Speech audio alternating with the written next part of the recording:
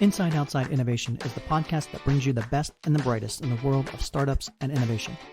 I'm your host, Brian Ardinger, founder of InsideOutside.io, a provider of research, events, and consulting services that help innovators and entrepreneurs build better products, launch new ideas, and compete in a world of change and disruption. Each week, we'll give you a front row seat to the latest thinking, tools, tactics, and trends in collaborative innovation. Let's get started. Welcome to another episode of Inside Outside Innovation. I'm your host, Brian Ardinger, and as always, we have another amazing guest. Today with me is Thales Teixeira. He is the Associate Professor at Harvard Business School and author of the new book, Unlocking the Customer Value Chain, How Decoupling Drives Consumer Disruption. Welcome to the show. Thank you, Brian. Thanks for having me. We got a chance to meet briefly. I read an article in the Harvard Business Review this last month that really piqued my interest. It was called Disruption Starts with Unhappy Customers, Not Technology. So I wanted to have you on the show to talk a little bit about that particular research, as well as the new book that you have out and what you're seeing in the world of disruption and innovation. Before we get started, why don't we tell the audience a little bit about your background and how you got on this journey of researching and looking at consumer behavior and innovation space? I'm originally from Brazil. I came to the US in 2004 to do a PhD at the University of Michigan in Ann Arbor. And at the time, I was doing research on trying to use technologies such as eye tracking and facial expression analysis to film people's faces while they watched TV commercials, while they watched video ads, while they watched and forwarded online viral ads. And that area of my research became what I eventually called the economics of attention. And for the past 12 plus years, 10 years as being a professor at the Harvard Business School, I've led this area of economics of attention, and I have a website, www.economicsofattention.com.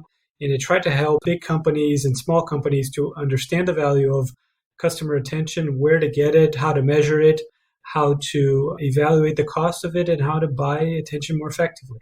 But from then on, in the past 8 years, I've started getting requests from clients that I did consulting with and trying to understand a little bit more about digital disruptors. Basically, these big established companies were being threatened by startups and tech companies, and they were realizing that they were having troubles dealing with them. Originally, when I would ask them, who is disrupting your business? And they would say, well, startup X is disrupting my business. Mm-hmm. Or if I asked, what is disrupting your business? They would say, technology Y is disrupting your business. And after doing the research, what I realized that neither technologies nor startups disrupt markets. It is the customer who disrupts markets, because the customer and their changing needs and wants and respective changes in behaviors, that's what creates the opportunity for new business models. And it just happens that many startups are just faster at delivering these new evolving needs for the customer. But it's not fundamentally predicated upon having such an innovative new technology. In many cases, companies like Netflix, Airbnb, Uber, Etsy, even Amazon in the early days, they didn't have any new technology. What they have was a better understanding and quicker delivery of new products and services to customers. So it comes down to almost the business model and how new companies are addressing a business model towards that customer, meeting their needs when they need to meet it. That's right. Talk a little bit about the fact that when I do consulting as well, I talk to corporations, and a lot of times they tell me, well, we know our customers. And so, we can't be disrupted because we know our customers. We've been serving them for 20 years. Why do you think larger corporations oftentimes fall into that trap of not being able to identify the next level of consumer dissatisfaction and being able to adapt to that? So that's a great question, Brian. And I've actually had this question for quite a while. I never seem to get really a perfect understanding of why companies fail to understand and adapt to their customer needs and wants. When I talk to these companies, all of them, without an exception, the executives tell me, we are very customer-centric. Mm-hmm. I've never heard, actually, there was one case, only one company, the CEO told me that they weren't customer-centric, but almost everybody else saying, we are definitely customer-centric. We care about our customers. They are the ones who pay for our services, and so we know them very well and we care about them. But the reality is that many of these established companies, they care about their customers, but they are obsessed about their competitors. They're tracking their competitors' every move. They respond to market forces, and they evaluate and understand. They're always figuring out the prices of the products that are being launched, and they're responding to that. And, it turns out that you can't really be focused on two types of entities 100% of the time. And so when you focus on your competitors, you end up not focusing as much as you should on your customers. Jeff Bezos from Amazon had this great quote that I love saying, which is, he says, our competitors' managers, when they're taking a shower at night, they're focusing on their competitors. And in our company at Amazon, when we're taking showers at night, we're just thinking about what can we do better for our customers. So it goes through this idea that new customers come to markets and they have new requirements. And sometimes the companies just choose, they either don't fully understand it or they choose not to respond to those as effectively because they're really focused on competitors. Hey listeners, I wanted to pause this episode to bring you a special announcement. We are bringing back the I/O Summit. Yes, the third annual Inside Outside Innovation Summit is coming October 20th through the 22nd. This year's theme is Talent, Technology, and the Future of Innovation. If you are an entrepreneur, innovator, corporate leader, looking to future-proof your organization, showcase your startup, or just mix and mingle with some of the best and the brightest in the world of innovation, don't miss this immersive event, October 20th through 22nd. Check out tickets at theiosummit.com. Yeah, and it seems a lot of times when corporates are looking at the consumer landscape, a lot of the early needs of a consumer may change, and maybe the problems that they're trying to solve, maybe not big enough for the incumbent to take a stake at, and then gives an opportunity for the startup to begin that relationship with the customer and over time grow that relationship and build out an empire of themselves. That's right. If you think about it, it's quite easy to respond to your competitors. First, you have only a handful of them. At most, you might have 1, 2, 3, or maybe 5 or 10. And whatever they do is obviously you can see it because somehow in the market it appears their responses. So tracking and then responding to competitors is easy. What is hard is actually understanding your customers. You don't have a handful of them. You might have either from a few thousand or, some cases like Coca-Cola, a few million customers in the US, or many tens of millions. And monitoring them is not something easy, right? Whatever they do, it doesn't really appear in the business magazine. Person A did this, person B did that. And so it's harder to evaluate. And many companies often outsource the market research task to other companies, focus group companies, market research companies. And that already shows that you're not really valuing them as much if you're not doing the work. Right. And so it's not hard to imagine why managers on their day-to-day prefer just to track their competitors. Let's talk about the new book you have out. So it's called Unlocking the Customer Value Chain, How Decoupling Drives Consumer Disruption. So why don't we give a little overview of the book and what you expect the reader to kind of get out of it? Sure. So the book basically, first it started out looking from the beginning of the internet, when the internet becomes actually popular around 1994, and shows that disruption isn't something continuous over time that happens a little bit every year. It turns out there's so-called waves of digital disruption, meaning nothing happens for a few years and something happens in the market that creates a wave of disruption in certain markets. And there were a few of these waves in the past. The first big wave was called unbundling, in which startups and tech companies started to unbundle products and selling pieces to customers. So think of New York Times selling you a bunch of products in a newspaper, and then Google, Yelp, Craigslist, each offering a piece of that, what used to be a newspaper. Right. The second wave was called disintermediation, happened around 1999, 2000. Basically, the idea of startups coming out and cutting out the middleman. And this third wave is what I've identified and I explore in the book, in which startups are looking at the customer value chain or the activities that customers engage in order to acquire goods and services and breaking up those links and taking one activity at a time. So for example, if I were to buy a flat screen TV, I'd probably go to Best Buy. At Best Buy, my customer value chain or my activities that I do is I have a need, I look at the options, I ask for the salesperson to help me, I select one option, I get the product, I pay for it, I take it home, I use it, eventually I dispose of it, throw it away, or resell it. And so these activities are done.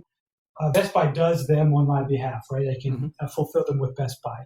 And so this is what incumbent companies, large companies do. They do all these activities. And suddenly when Amazon came from selling books to selling electronics, and new people needed to test products. So instead of building stores and helping people test and evaluate products to buy, they actually said, why don't you go to Best Buy, look at all these options, and then pull out our app, and we have a new feature that allows you to take a picture or scan the barcode, and then you'll see the prices that we sell that same product. And if it's cheaper, and most of the time it was, you can buy it online. So this is what I call decoupling. It's choosing one activity, in this case, just fulfilling the sale of a product for the customer and letting the established companies do the rest. So Best Buy would, with its salespeople, with its inventory and its stores, would allow you to evaluate and choose products, but actually you did what is now called showrooming. You would buy online.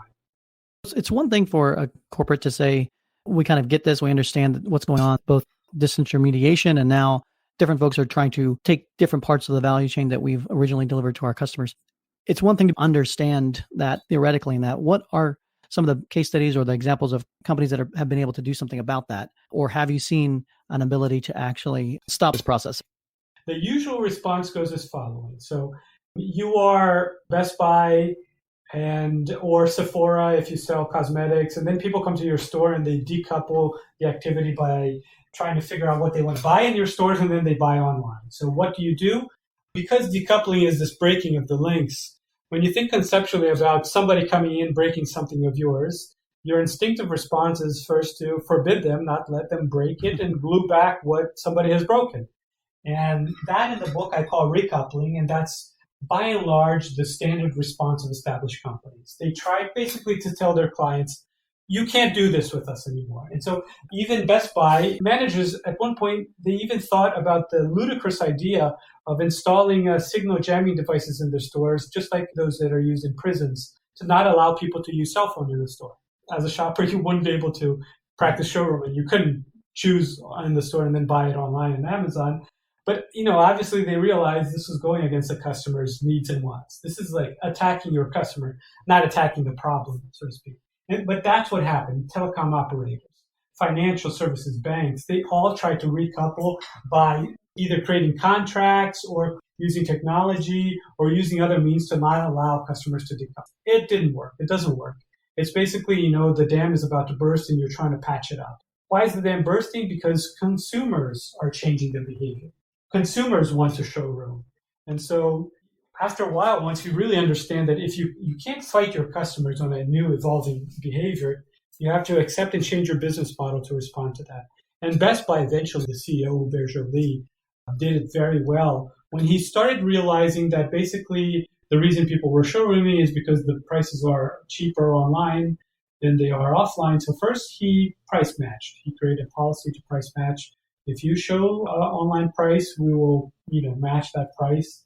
But obviously, that creates an internal problem for Best Buy because it has a much big cost structure. It has stores, it has employees that Amazon and online e-commerce companies don't. So he needed to figure out a new revenue generation method, right? What we call monetization strategy, to make sure that Best Buy was sustainable.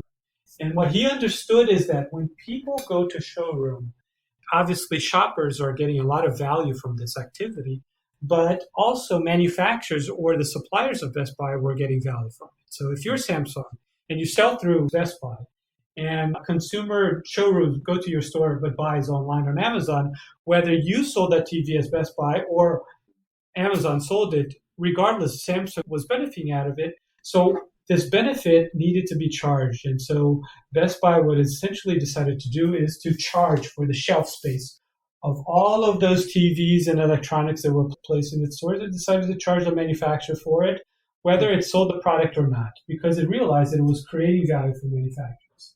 It tested and evaluated, and for the first time, it started charging manufacturers for the privilege to showcase their products. The showcasing was a value-created activity. And so it evolved its business model in a very, very successful manner, such that, number one, this does not go against consumers' evolving behavior, which is showrooming. It actually goes in favor. And it doesn't fight back your attacker. It doesn't try to fight Amazon. Amazon's not going to go away, so you need to figure out a way to be sustainable by coexisting with that. We're seeing it obviously happening in industries like retail and that. What are some of the trends that you're seeing, and is this prevalent across different industries? It's ubiquitous to the industries I've looked at. And when I was doing research, I thought to myself, okay, decoupling is starting to happen in retailing. And then I started decoupling happening in media, meaning the media companies who create the content are not the ones who distribute it. There's so many media companies that are creating news, but the biggest distributor today is Facebook. And so that was happening in media. It was happening in financial services as well, insurance, education, transportation, consumer goods, all sorts of industries. I started seeing decoupling happening. And it turns out there's only three possible forms of decoupling. There's a decoupling of value-creating activities, which essentially a startup steals a value-creating activity. There's a decoupling of value-eroding activities, which is essentially a startup or a tech company that decides to eliminate for the consumer the requirement to do a value-eroding activity. For example, when we used to rent DVDs, we would have to go to a store, go to Blockbuster. And when Netflix moved to ship the DVD to our homes, basically eliminated the need for us to go to the store, which eliminates a value-eroding activity. And then the last type is eliminating a value-capturing activity. And the standard example are all these video game companies that allow you to play the game for free, right? What we call free models. So all across these industries, there's only three types of digital disruption through decoupling, and that's kind of the pattern that I identified. Obviously, this is happening, and companies are thinking more and more about it. What are some of the things they should be looking at or doing so that they don't get decoupled? Basically, the reason decoupling is working is because consumers are looking for lower costs to acquire goods and services. And when I say costs, I mean not just monetary, not costs, not just the money that they have to spend, but the effort and the time that they engage in order to acquire goods and services. Think of it this way. We are all consumers, whether we are people, we are companies, we are the government, we are clients, and we're trying to minimize the monetary, the time, and the effort costs that we have to pay to acquire these goods and services. And decoupling is operating because these startups are reducing these costs, either to make it cheaper, easier, faster, more convenient to do so. So if you're a large company or an established company, you can be a little restaurant in Main Street, USA.